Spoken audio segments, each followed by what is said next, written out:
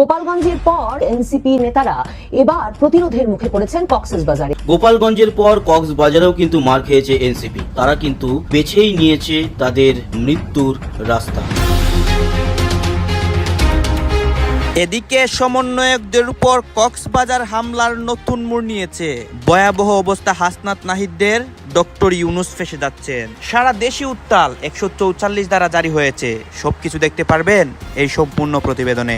অনেকটা ঈদের সালামি স্বরূপ ছাত্রলীগ তাদেরকে দিয়ে দিল কক্সবাজারে। শুধু যে ছাত্রলীগ বা ছাত্রলীগের ভিতরেই বিষয়টা বদ্ধতা কিন্তু নেই, বিএনপি পর্যন্ত তীব্রভাবে এদের স্টেজকে কেন্দ্র করে এনসিপি কে উদ্দেশ্য করে যেই প্রাণ নিয়ে সেই সেনা ক্যাম্পের সামনে গিয়ে আশ্রয় নিয়ে কিভাবে প্রাণ বাঁচিয়ে ইজ্জত বাঁচিয়ে একটা নিরাপদ এলাকায় যাবে তা ঠিক করতে হয়েছে জাতীয় নাগরিক পার্টির এনসিপির নেতাদের। বিএনপি নড়ে চড়ে বসে একটা জরুরি সিদ্ধান্ত নিয়েছে। সিদ্ধান্ত শুনলে আলেম ওলামারা সবাই অবাক হবে যে বিএনপি এর মধ্যে আওয়ামী লীগকে ছাড়িয়ে গেছে, শাহবাগ 2.0 কায়েম করে ফেলেছে, মানে তাদের নিজেদের মধ্যে। আবারও এনসিপির কর্মসূচিতে হামলার ঘটনা আমরা দেখলাম।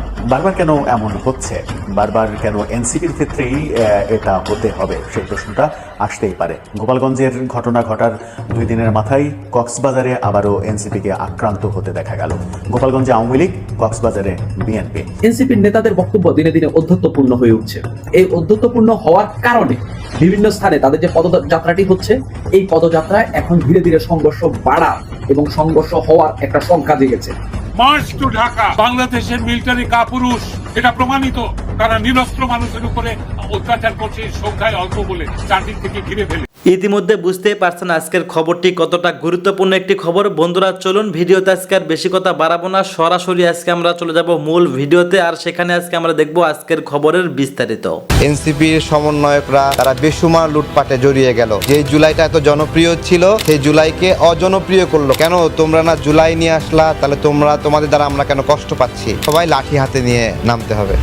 ফেসবুকে কেউ ডিক্লার করতো না যে আমিও এই আন্দোলনে আছি। তো সেই জায়গা থেকে ওই জুজুর ভয়টা কাটানো, যে ফেসবুকেই বলে দিছি যে দেশের মালিকানা বুঝে নিতে আসছি, এবং মানুষকে একটা মেসেজ দেওয়া যে সবাই ফেসবুকে পোস্ট করো, ভয়ের কিছু নাই, এবং সবাই লাঠি হাতে নিয়ে নামতে হবে।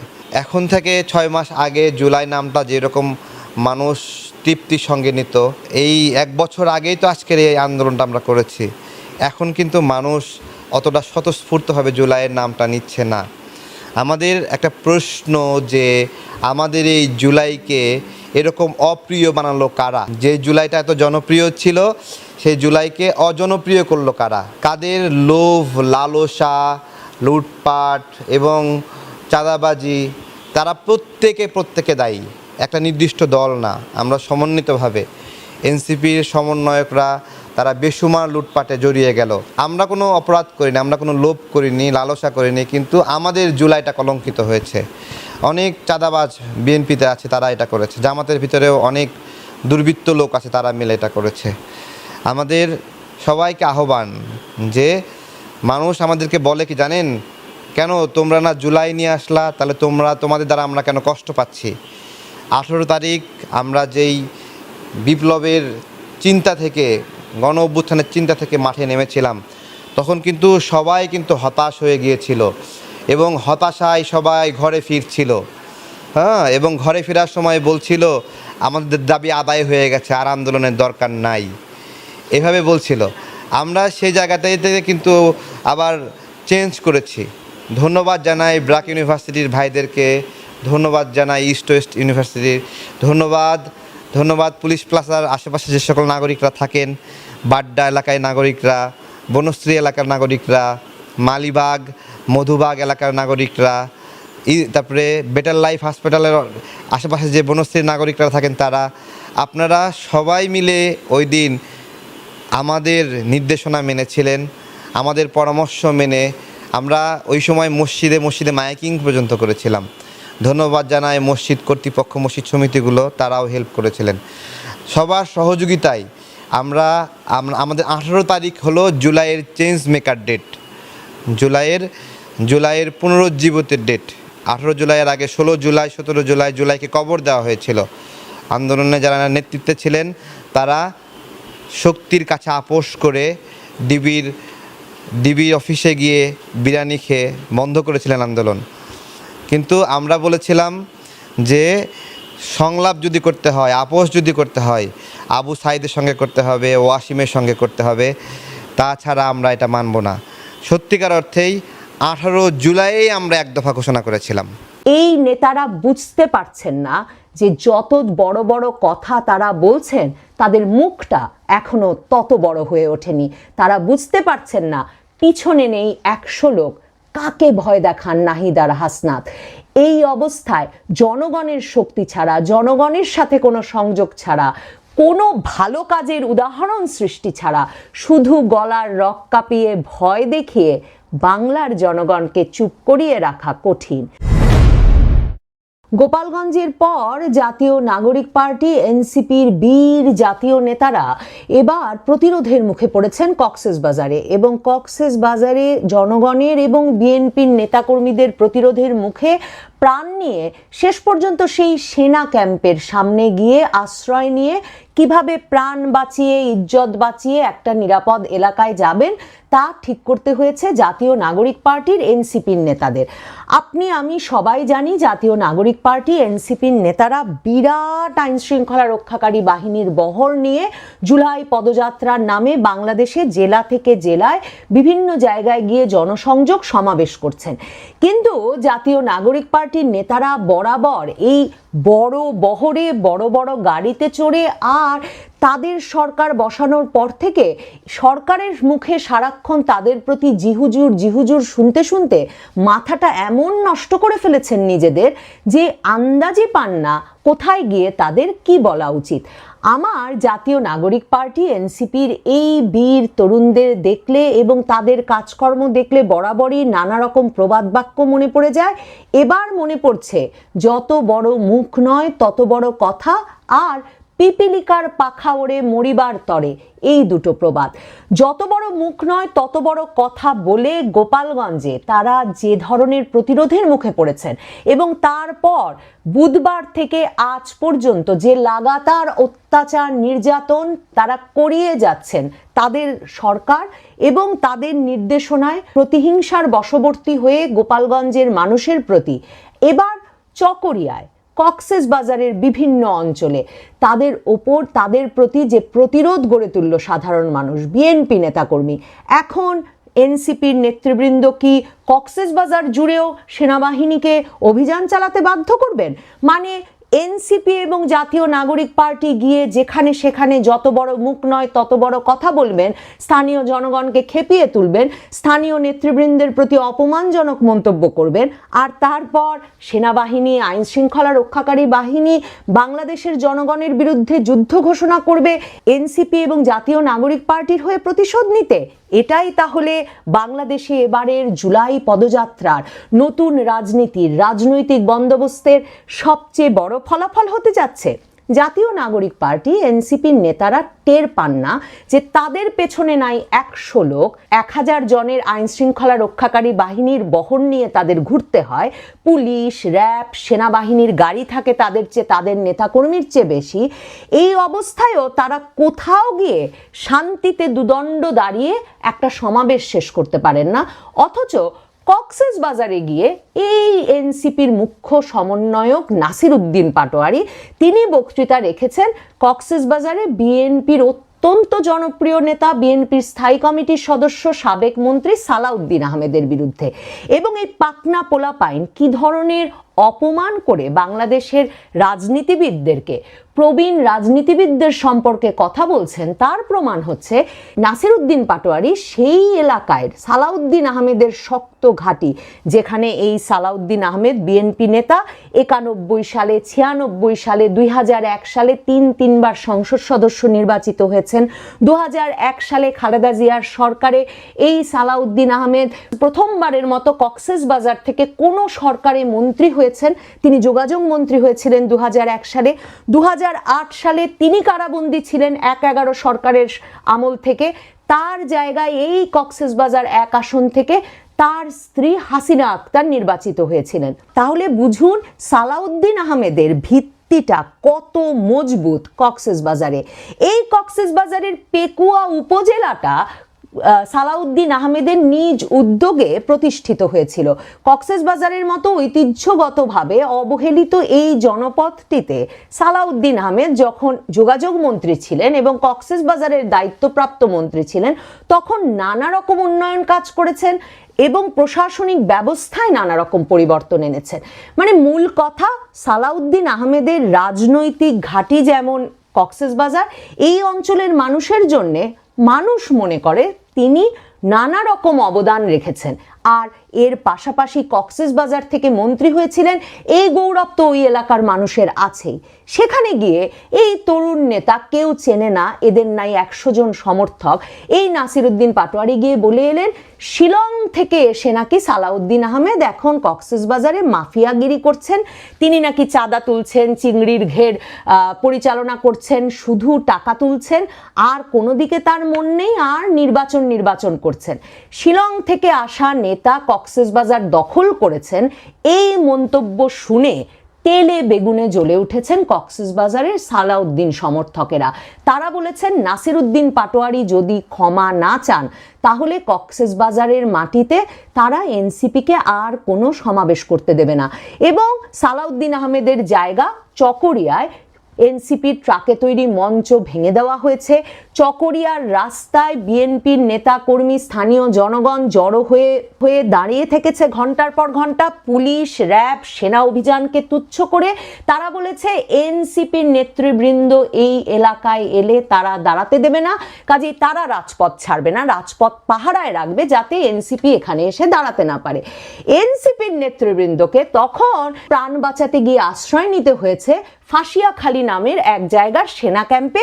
এই খবরই অন্তত আমি পেয়েছি, কারণ বুঝতেই পারছেন গোপালগঞ্জে আওয়ামী লীগের কুচক্রীরা, মুজিববাদীরা, আওয়ামী লীগের ফ্যাসিবাদী দোসরেরা, মানে গোপালগঞ্জের মানুষ তো ধরুন এমনভাবে বলা হচ্ছে তাদের সম্পর্কে, মনে হচ্ছে তারা বাংলাদেশের একটা শত্রু জাতি। তো সেই শত্রু জাতি বাংলাদেশের বীর সন্তান এনসিপির বীর নেতাদেরকে প্রতিহত করার দুঃসাহস দেখিয়েছিল। বঙ্গবন্ধু শেখ মুজিবের মাজার না হয় তারা ভেঙেই দিতে চেয়েছিল, তারা না হয় মুজিববাদ মুর্দাবাদ বলে স্লোগানই দিয়েছিল, তাদের হাসনাত আব্দুল্লাহ না হয় বলেছিলই মুজিববাদীর কবর রচনা না করে তারা গোপালগঞ্জে যাবে না। সেখানে সেনাবাহিনী, পুলিশ সবাইকে মিলে গুলি চালিয়ে খুন করে যথেচ্ছ গ্রেফতার করে তারপর সাজোয়া জানে ভরে এনসিপির নেতাদের উদ্ধার করে আনতে হয়েছে। সে খবর যদি বা প্রকাশ করা যায়, চকরিয়ায় বিএনপির নেতা কর্মীরা, স্থানীয় জনগণ তাদের নেতা সালাউদ্দিন আহমেদ সম্পর্কে এনসিপি নেতার কটূক্তির জবাবে যে শিক্ষা দিতে পথে নেমেছেন, সে কথা তো আর বাংলাদেশের সংবাদ মাধ্যম সহজে প্রকাশ করতে পারে না।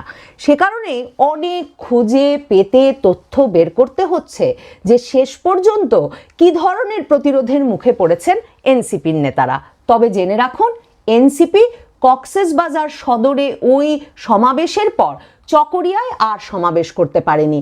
পেকুয়াতেও মানুষ ক্ষেপে উঠেছেন, কারণ আমি বললামই পেকুয়া উপজেলাটি তৈরি হয়েছিল সালাউদ্দিন আহমেদের উদ্যোগে। দেখুন, সেই 17ই এপ্রিল আমি নবনীতা চৌধুরীর বয়ান তৈরি করেছিলাম এনসিপি অর্থাৎ জাতীয় নাগরিক পার্টির নববর্ষ উপলক্ষে সমাবেশের চেষ্টায়, যখন দেখেছিলাম 100 লোকও নেই, অথচ 100 জন টিভি ক্যামেরা গিয়ে উপস্থিত হয়েছেন, তখন যে পিছনে নেই 100 লোক, কাকে ভয় দেখান নাহিদ আর হাসনাত, এই কথাটার এখন পর্যন্ত উপলব্ধি করতে পারেন নাই নাহিদ ইসলাম এবং হাসনাত আব্দুল্লাহরা। তাই সাজোয়া জানে করে মাথা লুকিয়ে কোনো মতে গুটিসুটি মেরে সেনাবাহিনীর সহায়তায় বেরিয়ে এসে আবার সেনা বহর নিয়ে জেলায় জেলায় গিয়ে জুলাই পদযাত্রা করে এখনো তারা গলার রক ফুলিয়ে ফুলিয়ে একে মুর্দাবাদ ওকে মুর্দাবাদ বলছেন, একে বাংলার মাটিতে থাকতে দেওয়া হবে না, ওকে বাংলার মাটিতে থাকতে দেওয়া হবে না বলছেন, ফ্যাসিবাদের দোসর বলে আওয়ামী লীগকে গুড়িয়ে দিতে হবে বলছেন, চাঁদাবাজ লুটেরা বলে বিএনপিকে শেষ করে দিতে হবে বলছেন। এসব বড় বড় কথা যে তারা বলে বেড়াচ্ছেন এবং বলছেন জনগণ নাকি সেই দলকে প্রতিহত করবে যেই দল শুধু নির্বাচন করে, তার মানে জনগণকে তারা বিএনপিকে প্রতিহত করতে বলছেন।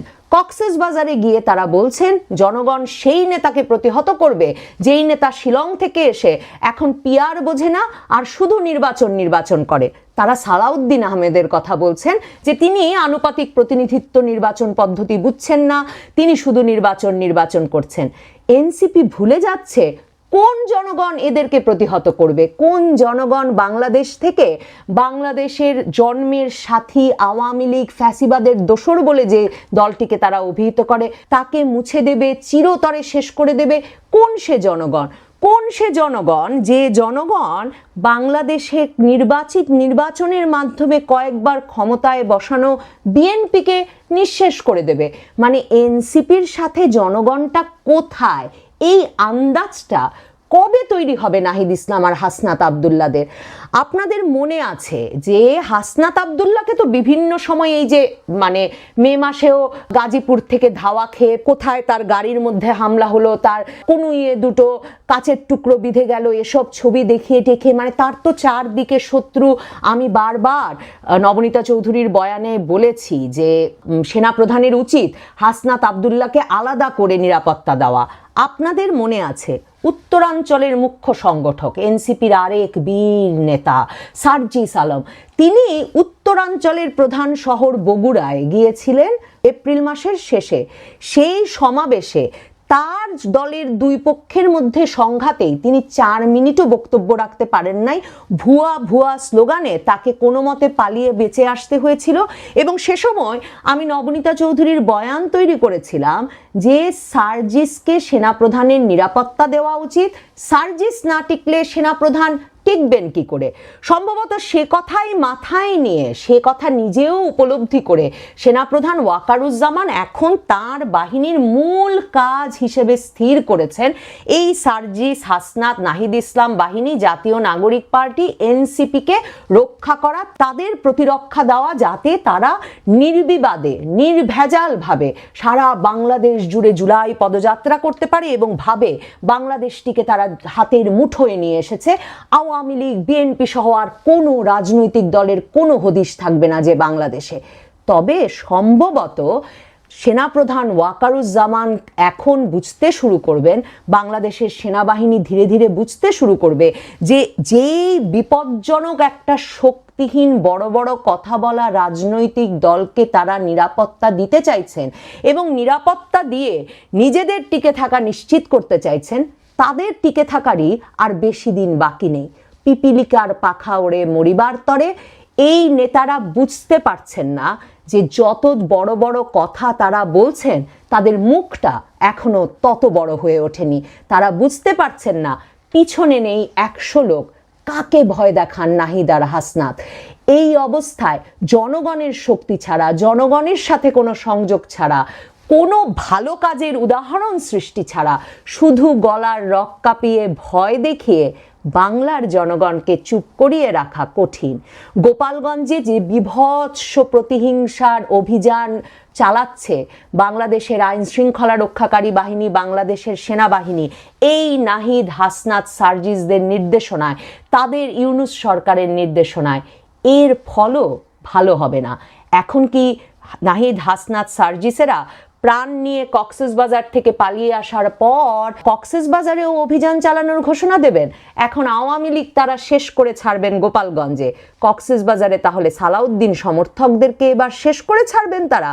দেখা যাক বিএনপি সেক্ষেত্রে কেমন প্রতিক্রিয়া দেখায়। কারণ মনে রাখতে হবে বাংলাদেশের যেখানে যেখানে মব সৃষ্টি করে ভয়ের রাজত্ব কায়েম করেছে এনসিপি, জাতীয় নাগরিক পার্টি, যেই ভয়ের রাজত্ব কায়েম করে এত সাহস বেড়েছে এই তরুণ নেতাদের, প্রত্যেকটি জায়গায় তাদেরকে জনশক্তি জুগিয়েছে জামায়াতে ইসলামী, ছাত্র শিবিরের পাশাপাশি বিএনপি, ছাত্রদল, যুবদল। কক্সবাজারের এই ঘটনা বিএনপি, ছাত্রদল, যুবদলের জন্যও সম্ভবত শিক্ষণীয়। ধন্যবাদ প্রিয় দর্শকবৃন্দ, আমাদের ফুল ভিডিওটি দেখার জন্য আপনাকে জানাই অসংখ্য ধন্যবাদ। তো বন্ধুরা, আজকের এই নিউজটি দেখে আপনাদের কি মতামত অবশ্যই কমেন্ট বক্সে কমেন্ট করতে ভুলবেন না। আর হ্যাঁ, এমন নিত্য নতুন আপডেট খবর সবার আগে পেতে চাইলে এখনই আমাদের এই পিচ্চি সাকিব ইউটিউব চ্যানেলটি সাবস্ক্রাইব করুন। ধন্যবাদ।